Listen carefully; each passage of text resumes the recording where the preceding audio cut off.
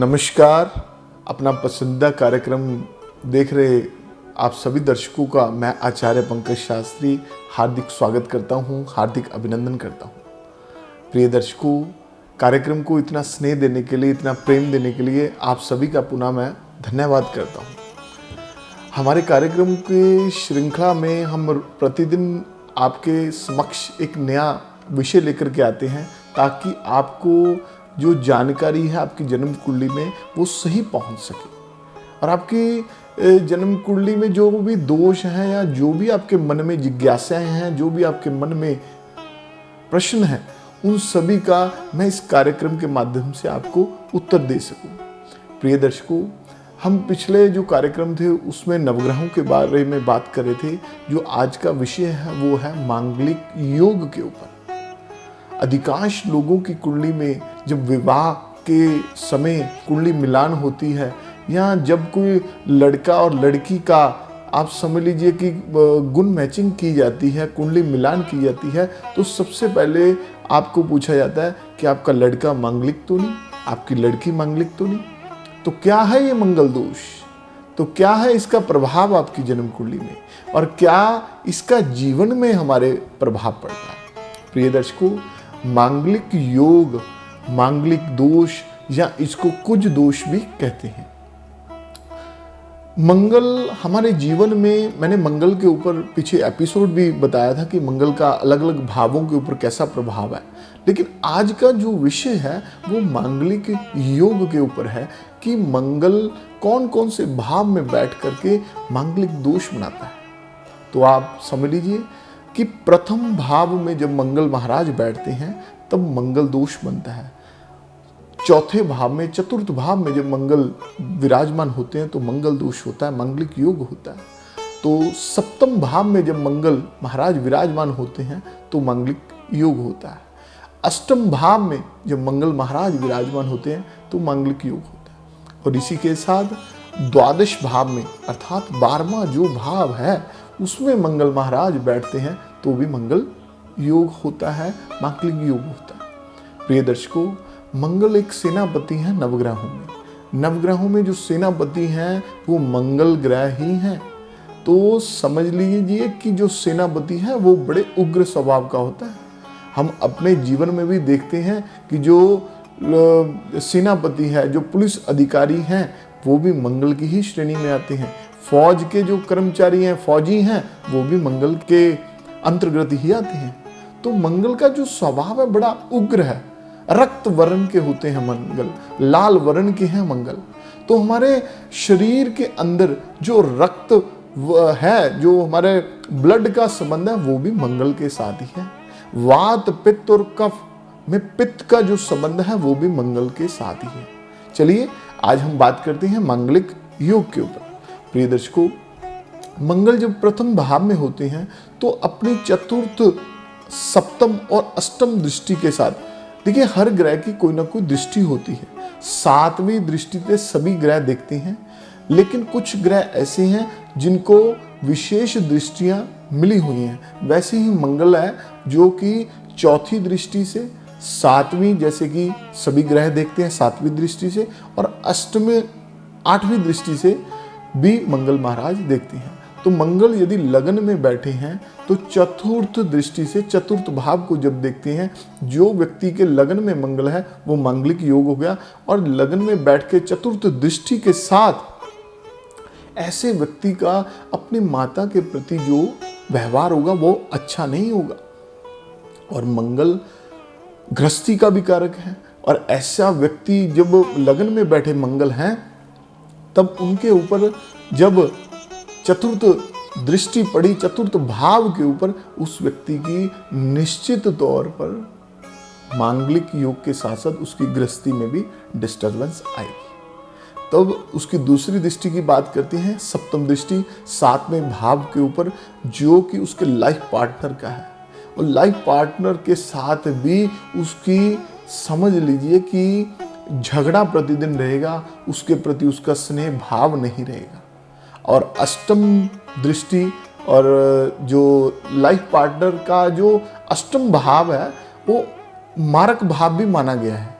मारक भाव पति और पत्नी का द्वितीय भाव हो गया जो अष्टम भाव है, तो ये भी उसको आयु भाव भी बोलते हैं। तो उसको आयु के रूप में, उसको रोग के रूप में जब लगन में बैठ के मंगल अष्टम दृष्टि से अष्टम भाव को देखते हैं तब उसको परेशानी का सामना करना पड़ेगा। तो मंगल महाराज अलग अलग भावों में, चतुर्थ भाव में बैठ करके, सप्तम भाव में बैठ करके, अष्टम भाव में बैठ करके, द्वादश भाव में बैठ करके, प्रिय दोस्तों, ये बहुत अपना प्रभाव बनाते हैं। चतुर्थ भाव में बैठ करके मंगल महाराज अपनी चतुर्थ दृष्टि के साथ सबसे पहले अपने लाइफ पार्टनर के घर को देख रहे हैं। तो जैसे कि लाइफ पार्टनर को डिस्टर्बेंस आएगी, उसके बिजनेस पार्टनर को दिक्कत आएगी, और सातवीं दृष्टि से दशम भाव को देखते हैं, ऐसे व्यक्ति का अपने पिता के साथ बिल्कुल संबंध नहीं रहेगा। मांगलिक योग केवल वैवाहिक जीवन पर नहीं, ये आपके साथ जितने भी लोग जुड़े हुए हैं उसके साथ भी संबंध रखता है। और चतुर्थ भाव में बैठा मंगल अष्टम दृष्टि के साथ जब अब एकादश भाव को देखता है तब ऐसे व्यक्ति को भ्रमण तो लगा रहेगा, घूमने फिरने का शौकीन लगा रहेगा, परंतु उसको यदि नॉन मांगलिक के साथ उसका विवाह कर दिया तो ये बहुत घातक सिद्ध हो जाता है। अब हम बात करते हैं सप्तम भाव में बैठे मंगल का। सप्तम भाव में बैठा मंगल अपनी चतुर्थ दृष्टि के साथ दशम भाव को देखता है, तो पिता के साथ या किसी बहुत बड़े से बड़े ऑफिसर के साथ उसका कोई ना कोई तर्क वितर्क हो जाएगा। ऐसे व्यक्ति का प्रशासन से संबंधित कोई ना कोई दिक्कत भी हो जाएगी। और सप्तम दृष्टि से लगन को देखता है, जो लगन है हमारा तनु है, हमारा शरीर है, तो भी उसको परेशानी का सामना करना पड़ेगा। और अष्टम दृष्टि के साथ द्वितीय भाव को, धन भाव को और मारक भाव को जब देखता है तो उसको रक्त से संबंधित, पित्त से संबंधित, धन से संबंधित रोग दोष हो जाएंगे।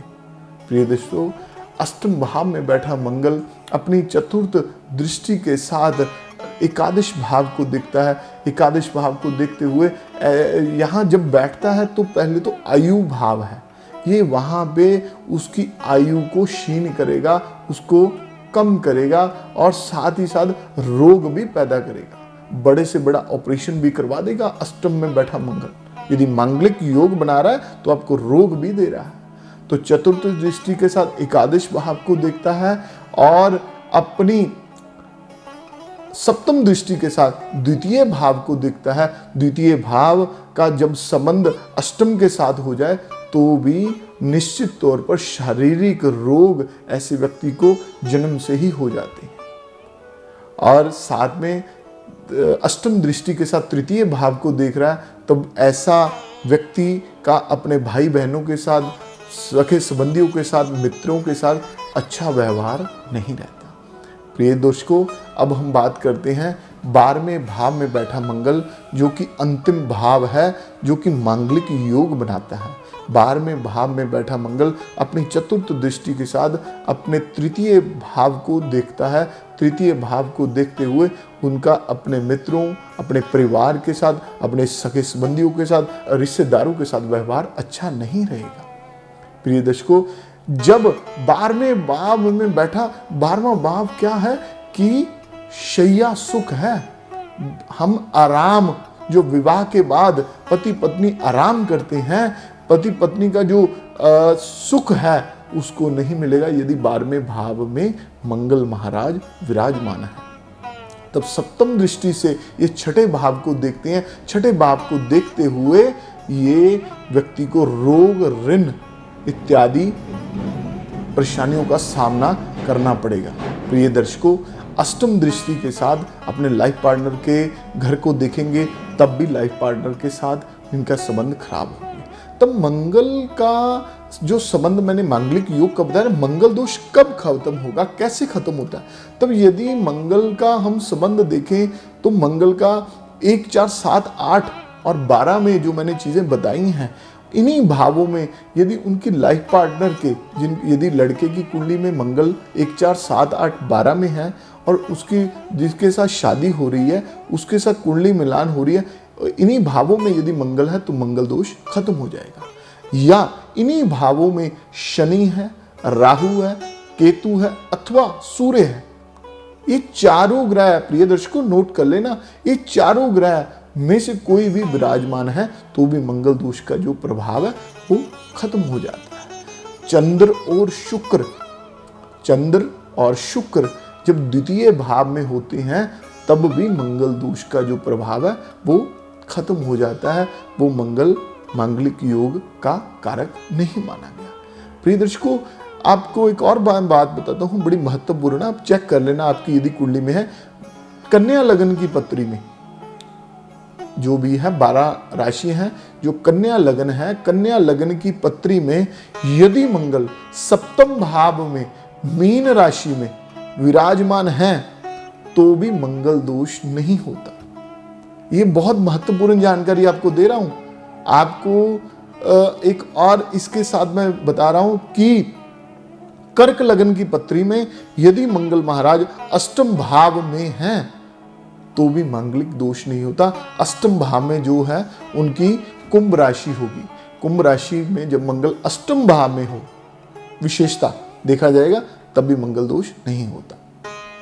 तो आज मैंने आपको जो चीजें बताई हैं वो मांगलिक योग के ऊपर बताई हैं। यदि आपकी जन्म कुंडली में या आपको शादी में अड़चन आ रही है, ऐसी परेशानी का सामना करना पड़ रहा है, तो आपको अपना सही लाइफ पार्टनर नहीं मिला, तो आप अपनी कुंडली अवश्य चेक कराएं। आप मुझसे भी जुड़ सकते हैं, नीचे दिए नंबर पर संपर्क करके मुझसे मिल सकते हैं। प्रिय दर्शकों, अगले विषय पर हम अगले एपिसोड में फिर पुनः इसी कार्यक्रम के माध्यम से, इसी चैनल के माध्यम से, इसी समय पुनः आपके समक्ष मैं हाजिर होऊंगा। आज समय का अभाव होने के कारण आपको पुनः दोबारा मिलेंगे। नमस्कार। ज्योतिष, वास्तु और वैदिक कर्मकांड स्पेशलिस्ट आचार्य पंकज शास्त्री जी हर रोज दोपहर 12 बजे से लेकर 2 बजे तक फ्री कुंडली देखते हैं, तो आज ही संपर्क करें।